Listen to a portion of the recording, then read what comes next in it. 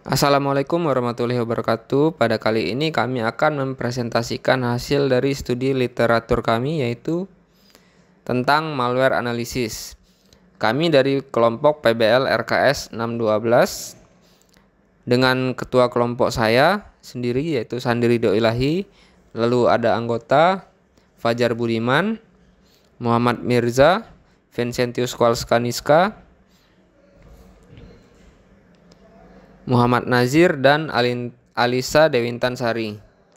Nah, untuk yang pertama ini judul penelitiannya yaitu analisis perilaku malware menggunakan pendekatan analisis statis dan dinamis. Di sini kita bisa melihat penulisnya itu adalah Kansa Khalda dan Dwi Kurnia Wibowo. Ini masalahnya itu mendeteksi malware yang sulit karena teknik obfuscation. Lalu solusi yang ditawarkan adalah integrasi analisis statis dan dinamis dengan machine learning. Metode penelitiannya analisis statis dan dinamis pada 5.000 sampel malware menggunakan DNN, random forest, dan SVM. Hasil penelitiannya yaitu akurasi deteksi mencapai 96,4%. Untuk selanjutnya akan dilanjutkan oleh Fajar Budiman. Terima kasih. Oke, saya akan melanjutkan penjelasan tentang makalah yang kedua, yaitu dengan judul Analisis Malware Menggunakan Metode Memori Forensik dan Yara Rule pada Sistem Operasi Windows 10 oleh penulis Bagus Aji Saputro pada tahun 2022. Nah, latar belakang dan masalah dari makalah ini adalah malware yang bekerja di dalam memori atau memory resident malware menjadi salah satu ancaman serius karena sulit terdeteksi oleh antivirus konvensional. Hal ini disebabkan karena malware jenis ini tidak meninggalkan jejak di hard disk ataupun file system, tetapi berjalan langsung di RAM. Oleh karena itu, diperlukan pendekatan forensik yang mampu menganalisis aktivitas dalam memori secara menyeluruh. Nah, tujuan dari penelitian ini adalah untuk mengembangkan metode pendeteksian malware dengan memanfaatkan teknik memori forensik dan Yara Rule khususnya pada sistem operasi Windows 10. Teknik ini diharapkan mampu mendeteksi malware yang aktif tetapi tidak terlihat secara kasat mata atau invisible from disk. Nah, solusi dan metode yang ditawarkan adalah memori forensik digunakan untuk melakukan capture terhadap RAM komputer yang diduga terinfeksi malware. Dan yang kedua adalah Yara Rule, sebuah tools yang digunakan untuk mengidentifikasi file atau proses yang mencurigakan berdasarkan pola atau pattern tertentu, diterapkan pada citra memori tersebut untuk mencocokkan dengan database signature malware yang telah dikenal. Nah, metodologi penelitiannya, kita melakukan analisis memori terhadap sistem operasi Windows 10. Data RAM diambil dari sistem target menggunakan tools memory acquisition. Kemudian, data tersebut dianalisis menggunakan Yara Rule untuk mencari pola-pola malware. Nah, teknik ini memungkinkan pendeteksian malware yang beroperasi secara aktif namun tersembunyi di dalam memori.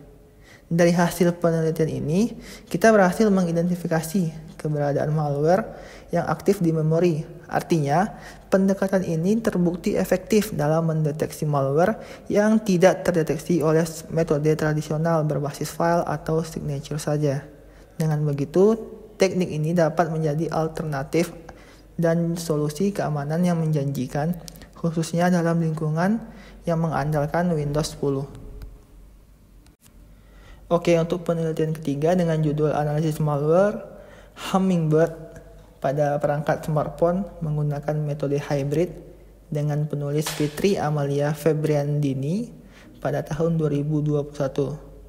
Latar belakang dan rumusan masalah dari makalah ini adalah melihat dari perkembangan perangkat Android sebagai sistem operasi mobile yang paling banyak digunakan, menjadikannya sasaran empuk bagi pelaku kejahatan cyber.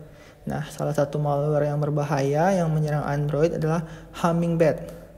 Malware ini dikenal mampu melakukan routing pada perangkat, membuka akses penuh sistem kepada attacker, serta melakukan serangan lanjutan atau chain attack untuk mengunduh dan menjalankan malware lainnya.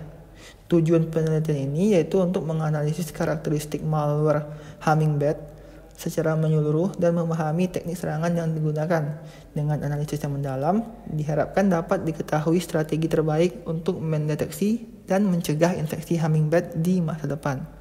Nah, solusi dan metode yang ditawarkan yaitu adalah pertama, kita melakukan analisis statis, yaitu menganalisis file APK tanpa menjalankannya.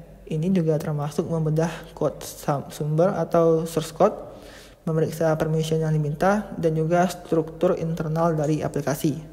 Selanjutnya adalah analisis dinamis, yaitu menjalankan aplikasi di lingkungan terkontrol seperti sandbox atau emulator untuk mengamati perilaku runtime seperti akses jaringan mencurigakan, penggunaan CPU, atau interaksi dengan sistem file. Nah, dengan menggabungkan kedua metode ini, penelitian ini dapat memperoleh gambaran yang lebih lengkap tentang cara kerja malware. Nah, dari hasil penelitian ini juga, kita berhasil mengidentifikasi dua teknik utama yang digunakan oleh Hummingbird. Yang pertama adalah rootkit, yaitu eksploitasi sistem untuk mendapatkan hak akses super user. Dan yang kedua adalah chain attack, yaitu teknik penyerangan berantai di mana malware pertama membuka jalan bagi malware lain untuk diunduh dan dijalankan. Nah, dari penelitian ini membuktikan bahwa metode hybrid sangat efektif untuk mengenali pola serangan kompleks seperti yang dilakukan oleh malware Hummingbird. Baiklah, nama saya Vincentius Skolskanis Simanjuntak. Selanjutnya saya akan menjelaskan analisis penelitian yang berikutnya. Judul penelitiannya adalah analisis dan deteksi malware protokol jaringan menggunakan metode malware analisis dinamis dan malware analisis statis. Kemudian untuk penulisnya itu ada Vikram Reonondo Sianipar dan Hotma Pangaribuan pada tahun 2023. Kemudian selanjutnya masalah utamanya adalah ancaman malware pada protokol jaringan. Kemudian solusi yang mereka tawarkan yaitu kombinasi analisis statis dan dinamis untuk deteksi malware. Metode penelitian dan hasil penelitiannya sendiri adalah untuk analisis file malware dan melakukan runtime menggunakan sandbox. Dan untuk hasilnya adalah pendekatan gabungan yang meningkatkan efisiensi deteksi malware jaringan. Kemudian untuk judul penelitian selanjutnya ada identifikasi malware Android menggunakan pendekatan analisis hybrid dengan deep learning yang diteliti oleh Raden Budiarto Hadi Prakoso dan Nurul Komariasih serta Ray Novitayasa pada tahun 2021. Kemudian masalah utamanya yang diangkat adalah ancaman malware pada platform Android. Untuk solusi yang ditawarkan menggunakan deep learning dengan pendekatan analisis hybrid. Selanjutnya untuk metode penelitian dan hasil penelitiannya adalah ekstraksi fitur statis dan dinamis dari aplikasi Android yang diklasifikasikan dengan LSTM. Dan hasilnya adalah akurasi deteksi dari penelitian ini mencapai 98,7%. Mungkin sekian dari saya, selanjutnya akan dilanjutkan oleh rekan saya. Terima kasih. Baik, untuk judul penelitiannya itu adalah analisis deteksi malware menggunakan metode analisis malware dinamis pada layanan sandbox Any.Run. Itu penulisnya Anggita Citra Ayu Fadlika. Masalahnya itu kesulitan dalam mendeteksi malware secara dinamis. Solusi yang ditawarkan itu penggunaan layanan sandbox Any.Run untuk analisis malware. Dan metode penelitiannya itu analisis perilaku malware dalam lingkungan sandbox, dan hasil penelitiannya itu berhasil mengidentifikasi aktivitas mencurigakan dari malware.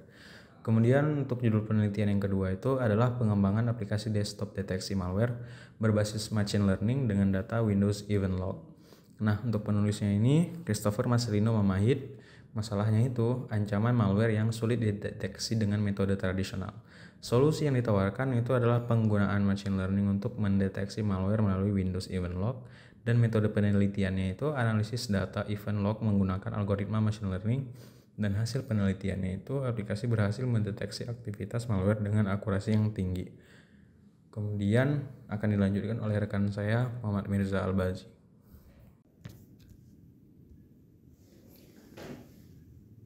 Baik, selanjutnya artikel ilmiahnya adalah analisis malware pada perangkat Internet of Things berbasis Cascade dengan model RNN LSTM yang ditulis oleh Karina Fitri Wulandari Ilham. Dengan masalahnya itu adalah ancaman malware pada perangkat IoT. Dan untuk solusi yang ditawarkan adalah penggunaan model RNN LSTM untuk analisis malware pada IoT. Lalu metode penelitian yang digunakannya itu adalah analisis data lalu lintas jaringan IoT menggunakan model RNN LSTM. Dan hasil penelitiannya adalah model berhasil mendeteksi malware dengan akurasi tinggi.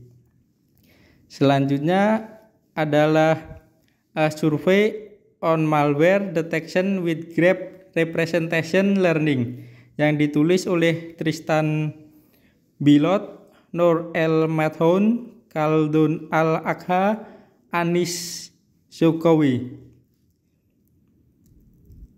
Untuk masalahnya adalah keterbatasan metode deteksi malware tradisional.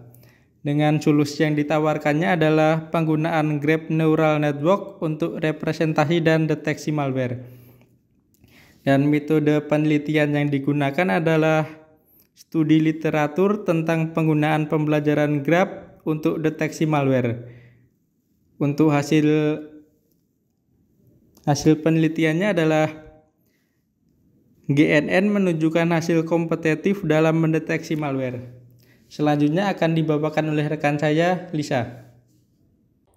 Sebelumnya, perkenalkan nama saya Alisa Dewi Intansari. Di sini saya akan melanjutkan presentasinya. Untuk judul penelitian yang di sini adalah A Corporation of Statistic, Dynamic, and Hybrid Analysis for Malware Detection.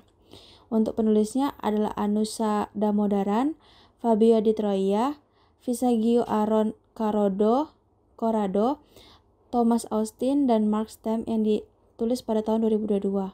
Masalah yang diangkat adalah evaluasi efektivitas metode analisis malware, dan solusi yang ditawarkan adalah perbandingan analisis statis, dinamis, dan hybrid menggunakan HMM. Metode penelitiannya adalah pelatihan HMM pada fitur statis dan dinamis dari berbagai keluarga malware. Hasil penelitiannya adalah analisis di mana dinamis menunjukkan tingkat deteksi terbaik. Selanjutnya, judul penelitiannya adalah analisis malware berdasarkan API Kelmemory dengan metode deteksi signature based. Penulisnya adalah Julis Nidwi Nugrah dan M. Asos Budiman yang ditulis pada tahun 2019.